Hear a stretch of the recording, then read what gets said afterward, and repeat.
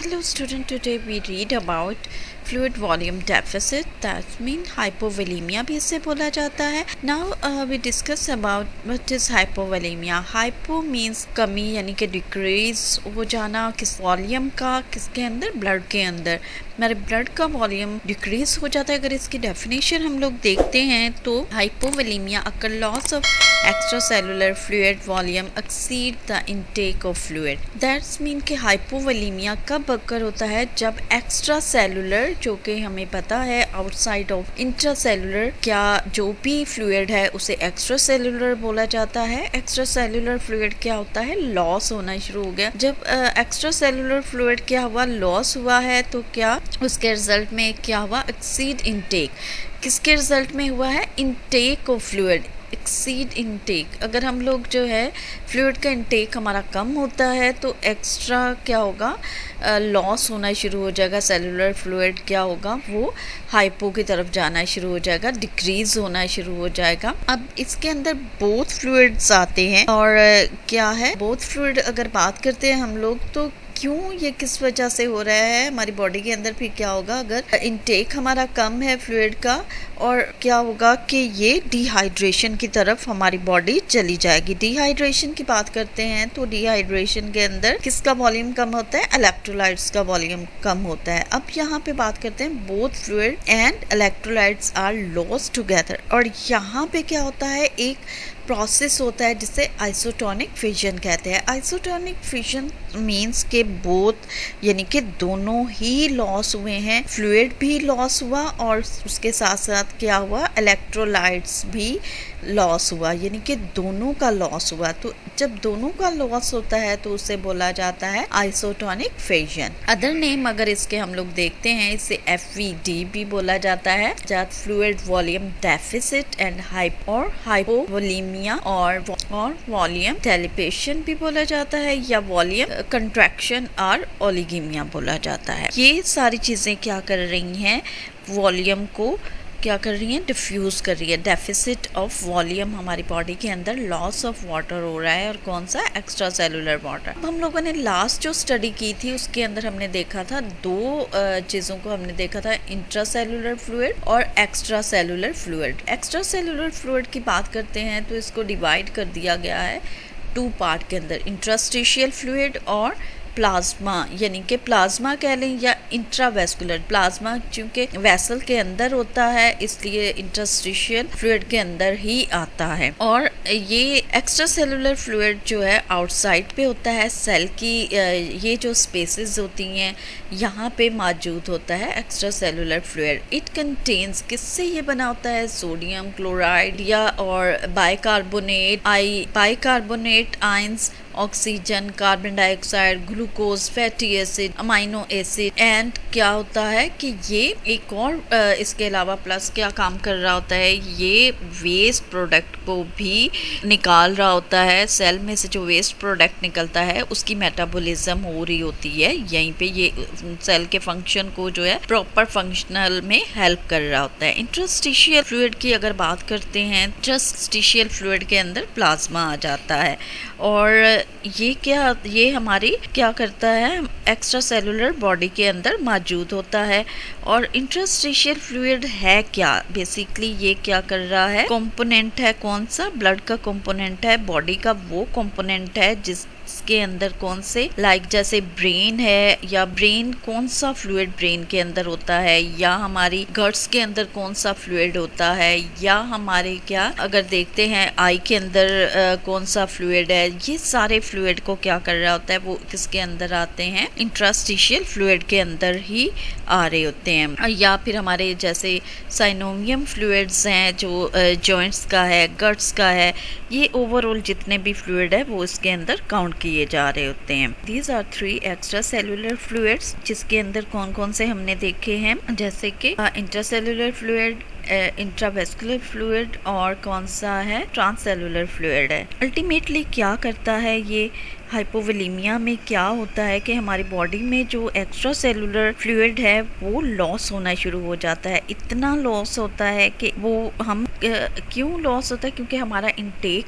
जो है वो कम है तो सेल क्या करता है, जो सेल के अंदर इंट्रासेलुलर फ्लूइड है वो रिलीज करता है। जो हमने ऑस्मोसिस प्रोसेस पढ़ा था वो क्या था, कंसंट्रेशन से लो कंसंट्रेशन से हाई कंसंट्रेशन की तरफ मूव करता है। तो फ्लूइड क्या हुआ, वो एक्स्ट्रा स्पेसिस के अंदर आ गया, और एक्स्ट्रा स्पेसिस के अंदर जब आया तो क्या हुआ, वहाँ पे सेल के अंदर लॉस होना शुरू हो गया, फ्लूइड लॉस कर गया। नाउ वी रीड कॉजेज़, क्या रिस्क हैं, क्या रिस्क फैक्टर हैं या कॉजेज़ हैं, उसको देख लेते हैं कि इसकी क्या है कॉजेज़, कौन कौन सी हैं। कॉजेज़ के अंदर अगर हम लोग देखते हैं तो फ्लूइड वॉल्यूम डेफिसिट किस तरह से हुआ, क्या रीज़न थी या क्या इसके रिस्क फैक्टर थे। Fluid volume result from the loss of body fluid and occur more rapidly when couple with decrease fluid intake. हमारा जो है फ्लूइड इनटेक कम है, और वीज कॉजेज ऑफ हाइपोवोलेमिक इंक्लूड जो हम लोग करते हैं normal fluid loss such as those resulting from traumatic accident, या तो ट्रॉमा हो गया, एक्सीडेंट हुआ जिसकी वजह से ब्लड बहुत ज़्यादा लॉस हुआ, और ब्लड लॉस होने की वजह से क्या हुआ, हमारे ब्लड बॉडी से क्या इलेक्ट्रोलाइट्स और फ्लूइड दोनों ही वेस्ट हो गए। और क्या है इसके अलावा जो है एक्सटेंसिव वॉमिटिंग, बहुत ज़्यादा वॉमिटिंग की वजह से भी इलेक्ट्रोलाइट्स इम्बैलेंस हो जाते हैं, फ्लूइड जो है वो निकल जाता है, डेफिसिट हो जाता है, फ्लूइड वॉल्यूम बॉडी के अंदर कम होगा और इलेक्ट्रोलाइट भी उसके साथ ही निकलना शुरू हो जाएंगे। इसके अलावा सीवियर डायरिया, डायरिया अगर बहुत ज़्यादा अमाउंट के अंदर है डायरिया, तो फिर क्या होगा कि उसके इलेक्ट्रोलाइट्स जो हैं वो निकलना शुरू हो जाएंगे। जब उसका इंटेक कम होगा, डायरिया की वजह से वो इंटेक नहीं कर रहा, तो क्या होगा, फ्लूइड के साथ साथ उसकी जो है फ्लूइड के साथ साथ इलेक्ट्रोलाइट्स भी निकलना शुरू हो जाएंगे। जीआई सक्शनिंग, अगर बहुत ज़्यादा सक्शनिंग की जाती है तो सक्शनिंग के दौरान भी एक्सेसिव फ्लूइड जो निकल जाता है बॉडी से, और उसके साथ साथ इलेक्ट्रोलाइट भी निकल रहे होते हैं। परफ्यूज स्वेटिंग, अगर स्वेटिंग है, जैसे कि हमने लास्ट अपनी स्लाइड में देखा था कि एथलीट्स जो हैं बहुत ज़्यादा एक्टिविटी करते हैं, एक्सरसाइज करते हैं, और उनको ज़्यादा वो आता है, पसीना आता है, स्वेटिंग होती है, या ऐसे लोग जैसे मज़दूर हैं वो धूप में काम करते हैं, तो उनमें भी ये रीज़न हो सकती है, क्योंकि उसमें भी उनका क्या होगा, बहुत ज़्यादा स्वेटिंग होगी और इलेक्ट्रोलाइट्स इम्बैलेंस हो सकते हैं। परफ्यूज स्वेटिंग जो है उनमें हो सकती है। इंटरनल ब्लीडिंग अगर हो गई है किसी भी ट्रॉमा की वजह से, किसी एक्सीडेंट की वजह से, या क्या हुआ है, कोई रीज़न हुई है, हाइपरटेंसिव है या ट्रैकिकार्डिया है, या कोई भी रीज़न इंटरनली हो सकती है जिसकी वजह से इंटरनल ब्लीडिंग हो जाए, तो उससे क्या होगा, डिहाइड्रेशन होना शुरू हो जाएगी, और उसका पर्सन का क्या होगा, इलेक्ट्रोलाइट्स के साथ फ्लूइड भी ज़्यादा लॉस होना शुरू हो जाएगा। रप्चर एक्टोपिक प्रेगनेंसी अगर हो जाती है तो उसमें भी ये भी रिस्क होता है इलेक्ट्रोलाइट्स फ्लूइड डेफिसिट का। और drainage from the wound, or fistula है या बर्न्स है या डायरेटिक थेरेपी दी जा रही है। डायरेटिक थेरेपी जो है उस वक्त दी जाती है जब किडनी प्रॉब्लम होती हैं, तो किडनी प्रॉब्लम के अंदर अगर यूरिन नहीं आ रहा पर्सन को, तो उसको यूरिन प्रोडक्शन के लिए मेडिकेशन दी जाती है। लेकिन अगर एक्सेसिव मेडिकेशन दी जाए तो उसमें भी क्या होता है, इलेक्ट्रोलाइट भी उसके लॉस हो रहे होते हैं। सेकेंडली अगर हम लोग देखते हैं decrease intake as in nausea, poor intake of fluid, long term NPU की वजह से भी, जैसे रोज़ा रख रहे होते हैं तो उसमें भी नथिंग पर ऑरल कुछ भी नहीं लिया जा रहा होता, तो उसमें भी डिहाइड्रेट हो जाते हैं लोग और को उनके इलेक्ट्रोलाइट्स भी इम्बैलेंस होते हैं। फीवर में भी ये कंडीशन हो सकती है। एडिशनल रिस्क अगर हम लोग बात करते हैं, ये बहुत ही इम्पोर्टेंट हैं। थर्ड बात जो हम लोग कर रहे हैं एडिशनल कौन से हैं कि डायबिटीज़ इंसिपिडियस। डायबिटीज़ इंसिपिडियस में क्या होता है, पर्सन को ओली यूरिया होता है, यूरिनेशन जो है उसकी इंक्रीज़ हो जाती है। रीज़न क्या होता है कि उसका जो इंटरनल सिस्टम है वो थोड़ा सा डायबिटीज इंसिपिडियस, इसमें भी फ्लूइड वॉल्यूम वो लॉस होता है, एफवीडी होता है, डेफिसिट होता है। और रीज़न क्या होता है कि एडीएच जो है इसकी मेन कॉज बनती है। ADH is a anti diuretic hormone, its help regulate amount of water in your body, it work to control the amount of water your kidneys reabsorb as they filter out waste from your blood. क्या करता है, ये waste करता है और absorb करता है water के अमाउंट को। लेकिन यहाँ पे जब क्या हो गया है, इनसफिशेंसी हुई है, तो सेल्स ने अपना काम करना क्या कर दिया, ख़त्म कर दिया। सेल्स जो है वो आउट ऑफ, इसकी वजह से क्या होगा कि ओलीयूरिया हो गया। अब यहाँ पे क्या हुआ है, एफवीडी डेफिसिट हो गया है, तो क्या होगा, पेशेंट को यूरिनेशन ज़्यादा होगा। एड्रीनल इनसफिशेंसी में क्या होता है, एड्रीनल जो है ये एक ग्लैंड्स है जो कि हमारे किडनी पर मौजूद होता है, बोथ साइड ऑफ किडनी मौजूद होता है। Adrenal gland also known as a superior gland and small triangle shape located on both top of kidney. Its function is metabolic, regulate करता है मेटाबॉलिज्म जो है हमारी बॉडी का, जो किडनी का है उसको रेगुलेट करता है, इम्यून सिस्टम को रेगुलेट करता है, रिस्पॉन्स करता है स्ट्रेस को, और इसके अलावा अदर एसेंशियल फंक्शन भी ये करता है। ऑस्मोटिक डायरेटिक्स जो है इसमें ओलिगोयूरिया हो जाता है, पॉलीयूरिया हो जाए, यूरिनेशन प्रोडक्शन जो है इंक्रीज हो जाती है, और haemorrhage is the most big deficit of volume. ये एक ऐसा है कि या तो ट्रॉमा की वजह से हेमरेज हुई है या इंटरनल कोई भी रप्चर हो गया, जैसे हमने यहाँ पे क्या पढ़ा है, रप्चर और टॉपिक प्रेगनेंसी, अंदर जो है टॉपिक प्रेगनेंसी की वजह से फ्लोपियन ट्यूब्स जो हैं वो रप्चर हो गई हैं ड्यू टू फिटस बिगेस्ट, क्योंकि फिटस जो है जब बढ़ता है तो क्या होता है, फ्लोपियन ट्यूब बहुत ही थिन होती हैं, वो क्या हो जाता है, रप्चर हो जाता है। इस टाइप का हो सकता है, या फिर कुछ और हो सकता है, जैसे ब्रेन हेमरेज हो गया है, तो ये रीजन बनती है। कोमा भी मोस्ट रीजन है, कॉजेज है, रिस्क फैक्टर है किसके, एफवीडी के, फ्लूइड वॉल्यूम डेफिसिट के।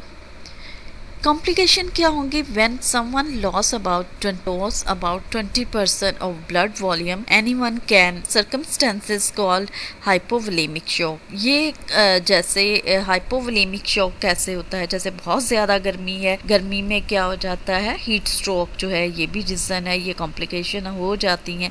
उसकी वजह से क्या होगा, ब्लड वॉल्यूम क्या होगा, वो डिक्रीज होगा, बॉडी जो है सर्कमस्टेंसेस में आ जाती है हाइपोवोलेमिक शॉक की वजह से। लाइफ क्या होती है, threatening condition during which organs learn to fail due to reduce blood and oxygen level. क्योंकि क्या हुआ है, यहाँ पे ब्लड सर्कुलेशन डिक्रीज होगी, क्योंकि हेमरेज हुआ है या जो भी है, तो ब्लड जो है तेज़ी से ब्लड लॉस होना शुरू होगा, और दूसरे ऑर्गन तक ऑक्सीजन जब नहीं पहुंचेगी, सर्कुलेशन जो है वो कंप्लीट नहीं होगी, क्योंकि सर्कुलेशन का बहाव किधर है, अगर शॉक है या कुछ है, वॉमिटिंग हो रही है, बहुत ज़्यादा यूरिनेशन हो रही है, या बहुत ज़्यादा डिहाइड्रेशन हो रही है, डायरिया हो रहा है, तो क्या होगा कि ये उस तरफ ज़्यादा अमाउंट में इलेक्ट्रोलाइट्स जो है रिलीज़ हो रहे हैं, डेफिसिट हो रहे हैं, तो ऑक्सीजन हमारे दूसरे ऑर्गन को नहीं पहुंचेगी। जब दूसरे ऑर्गन को ऑक्सीजन नहीं पहुंचेगी तो वो क्या होंगे, फेलियर होना शुरू हो जाएंगे। जब ऑर्गन फेल होंगे तो पर्सन क्या होगा, वो डेथ की तरफ लीड करना शुरू हो जाता है।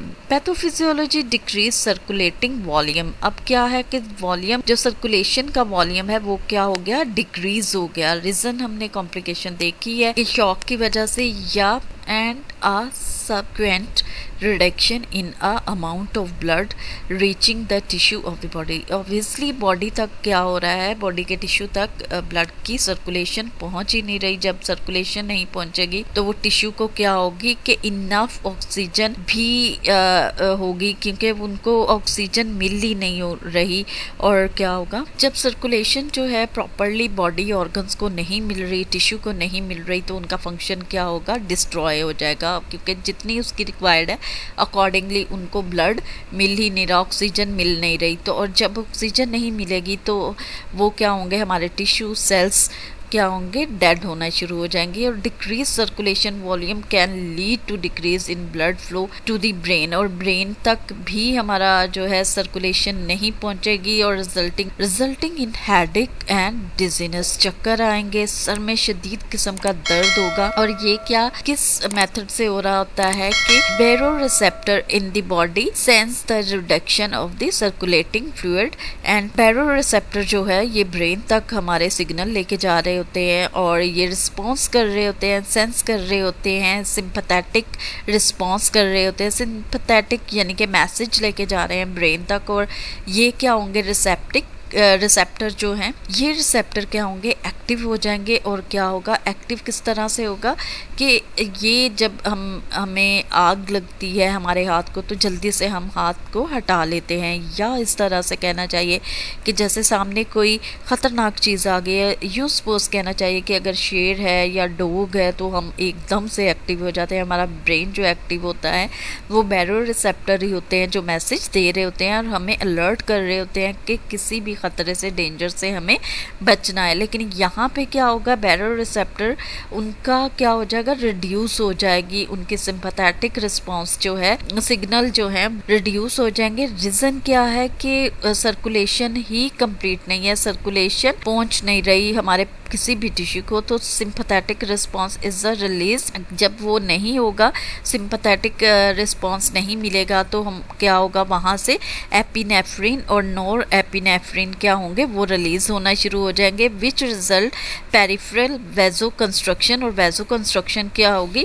वेजल्स क्या होंगी, वो कंस्ट्रक्ट होना शुरू हो जाएंगे in order to conserve circulating fluid for vital organ to survive. और क्या होगा कि हमारे वाइटल ऑर्गन को सरवाइव करने के लिए क्या होगा कि वहाँ पे इतनी अमाउंट में ऑक्सीजन नहीं पहुँच रही जितनी कि उसको चाहिए थी। और हमारे जो फिर क्या होगा, पेरिफेरल वेजो कंस्ट्रक्शन जब होगी तो अकाउंट फॉर कोल्ड एक्सट्रीमिटीज़, हमारे हैंड है, फिट हैं, लेग्स हैं, वो क्या होंगे, वो येलो होना शुरू हो जाएंगे, वहाँ पे ऑक्सीजन की कमी हो जाएगी, ब्लूइश होना शुरू हो जाएंगे और इंक्रीज़ हार्ट रेट होना शुरू हो जाएगा, इंक्रीज़ कार्डियक आउटपुट भी स्टार्ट हो जाएगा। इवेंचुअली अगर देखा जाए तो less perfusion to the kidneys resulting in oliguria, और क्या होगा कि ओलिगूरिया होना शुरू हो जाएगा इसके नतीजे में। पैथोफिजियोलॉजी सेम है, वही जो हमने देख ली। इसके क्लिनिकल मैनिफेस्टेशन अगर देखते हैं तो पेशेंट को क्या होगा, थ्रस्ट होगी, वेट लॉस होगा, उसका साइनोसिस हो जाएंगे, उसके जो है बॉडी पर ब्लूइश होना शुरू हो जाएगा, उसकी स्किन क्या होगी, ट्रिगर होगी, उसकी स्किन को अगर पकड़ेंगे काफ़ी देर तक उसी कंडीशन में रहेगी और माउथ उसका जो है ड्राई होगा, लो ब्लड प्रेशर पेशेंट का होगा, इंक्रीज बॉडी टेम्परेचर हो जाएगा, डिक्रीज यूरिन आउटपुट होगा, ओलिगूरिया होगा 400 से 500। जब वो क्या हो रहा है, हाइपोवोलेमिक शॉक के अंदर अगर पेशेंट जा रहा है, और concentration, urine change in mental status, back की बातें करना शुरू हो जाएगा ऑक्सीजन ना मिलने की वजह से, मैसेजेस जो हैं उसका बैरो रिसेप्टर जो है वो डिस्टर्ब हुआ है, मसल वीकनेस होगा, क्रैम्प्स होंगे। और जैसे ही वो पर्सन जैसे सडनली उठता है, जैसे लेटे हुए वो उठेगा तो दम से गिर सकता है, उसके ब्रेन तक जो है ऑक्सीजन नहीं पहुंचेगी, ग्लूकोज लेवल डिक्रीज होगा, पोस्चर हाइपरटेंशन यानी कि वो एकदम से गिर जाएगा, weak and rapid heart rate होगा, उसका चेस्ट पेन होगी क्योंकि ट्रैकिकार्डिया उसको हो रहा है, तो उस due to tachycardia chest pain होगा, डिक्रीज सेंट्रल वेनस प्रेशर, क्योंकि सेंट्रल वेनस प्रेशर के अंदर भी क्या होगा, उसका वॉल्यूम डिक्रीज होना शुरू हो जाएगा और रीज़न होगी headache, dizziness, cold, clammy skin हो जाएगी, संकन आई होगी, ड्राई आई होगी और रेस्टलेस पेशेंट होगा। असेसमेंट उसकी क्या करेंगे कि उसका एलिवेट करेंगे ब्लड यूरिया, नाइट्रोजन BUN के नाम से ये टेस्ट करवाया जाता है, ब्लड टेस्ट उसका चेक करेंगे और उसको हाइपोवोलेमिक जो वो टेस्ट किए जाएंगे, GI एंड रेनल लॉसेस तो नहीं हो रहा, हाइपरक्लीमिया उसका उसका चेक किया जाएगा, स्पेसिफिक ग्रेविटी उसकी देखी जाएगी कि कहीं क्या है, ये सारे टेस्ट जो है असेस उसको किया जाएगा, ADH का किया जाएगा, डायबिटीज़ इंसिपिडियस के लिए भी टेस्ट किए जाएंगे।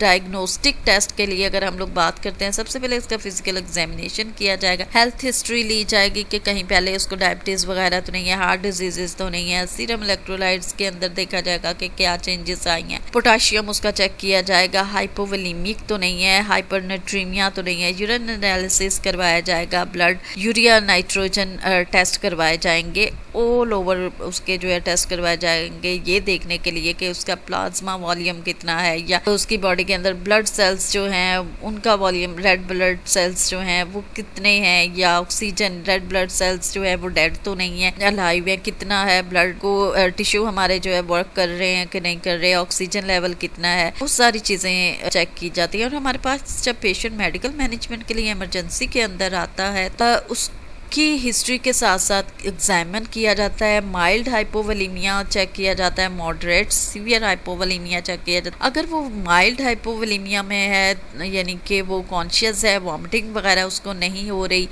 या वो बात कर रहा है, बातचीत करता है, सही है और ले सकता है, तो उसको ओरल फ्लूइड स्टार्ट करेंगे। और अगर वो सीवियर कंडीशन है उसकी तो उसको IV स्टार्ट कर देंगे। IV के लिए जो है रिंगरलेक्स 0.9% उसको लगाया जाएगा, सोडियम लगाया जाएगा, ग्लूकोज लगाया जाएगा, अकॉर्डिंग टू डॉक्टर ऑर्डर, जो भी ऑर्डर करते हैं वो उसको IV मेडिकेशन उसको दी जाएगी, सोल्यूशन दिया जाएगा, उसको IV सोल्यूशन जो है वो दे दिया जाएगा, IV थेरेपी उसको स्टार्ट कर देंगे। गोल हमारा क्या होगा, to provide fluid rapidly enough to attain adequate tissue perfusion without compressing and cardiovascular system। Same ये चीज़ें हैं जो हम लोग उसके साथ करेंगे। Nursing intervention is the most important part of our profession. The nurse monitor major fluid intake output chart देखा जाएगा, 8 आवरली किया जाएगा, माइट भी 1 आवरली भी करना पड़े। देखा जाएगा कि एक्सेसिव यूरिनेशन तो नहीं हो रही, पॉलीयूरिया तो नहीं है, डायरिया तो नहीं है, वॉमिटिंग तो नहीं है। अगर ये सारी चीज़ें हैं तो क्या रिप्लेस में उसको कुछ मिल रहा है, कुछ फ्लूइड उसका फ्लूइड बैलेंस किया जा रहा है या नहीं किया जा रहा। अगर डायरिया वॉमिटिंग के साथ पेशेंट आया है, डेली बॉडी वेट चेक किया जाएगा। रीज़न क्या है, इसलिए मॉनिटर किया जाता है क्योंकि उसका यूरिन आउटपुट क्या है, इंक्रीज़ है, और माइट शुड बी 1 ml पर kg पर आवर के हिसाब से उसको IV दिया जाता है, और उसका IV फ्लूइड जो है मेंटेन किया जाता है। वाइटल साइन उसके चेक किए जाएंगे, क्लोजली मॉनिटर किया जाएगा क्योंकि वो ट्रैकिकार्डिया में जा रहा है। उसकी पल्स जो है वो लो हो सकती है, पेशेंट है हाइपरटेंशन में जा सकता है, सिस्टोलिक प्रेशर जो है डिक्रीज़ हो सकता है, सडनली ड्रॉप हो सकता है उसका BP चेक करते हुए। और क्या है, पेशेंट को बहुत ही केयरफुली से उसको चेक करना है, उसकी सिटिंग पोजीशन बनानी है, उससे बात करनी है, उससे बातचीत करते रहना है, कहीं सडनली वो शॉक में ना चला जाए। और पेशेंट के जो है आयो चार्टिंग को मेंटेन रखना है, चेक करना है कि उसको नोज़िया तो नहीं हो रहा। अगर मेडिकेशन अगर उसको दे रहे हैं तो आफ्टर मेडिसन जो है वो नोज़िया वॉमिट तो नहीं कर रहा। अगर ऐसा उसको हो रहा है, वॉमिट जो है ज़्यादा उसको वॉमिट फील हो रही है, तो एंटीएमेटिक स्टार्ट करेंगे medication according to doctor order. जो भी ऑर्डर है चेक किया जाएगा किसी मेडिकेशन से उसको एलर्जी तो नहीं है, और देखा जाएगा कि पेशेंट जो है इजीली बाय माउथ ले सकता है या नहीं ले सकता। अगर नहीं ले सकता तो IV उसको मेंटेन करनी है, आयो चार्टिंग उसका मेंटेन करेंगे। होप सो आपको समझ आ गई होगी, और जो है समझ आया है तो मेरे चैनल को लाइक करें, शेयर करें, सब्सक्राइब करना ज़रूर नहीं भूलें, सब्सक्राइब करना ना भूलें, क्योंकि सब्सक्राइब करेंगे तो और बेल आइकन को जब प्रेस करेंगे तो आप तक न्यू अपडेट्स पहुंचती रहेंगी। नेक्स्ट हमारा टॉपिक होगा फ्लूइड वॉल्यूम एक्सेस।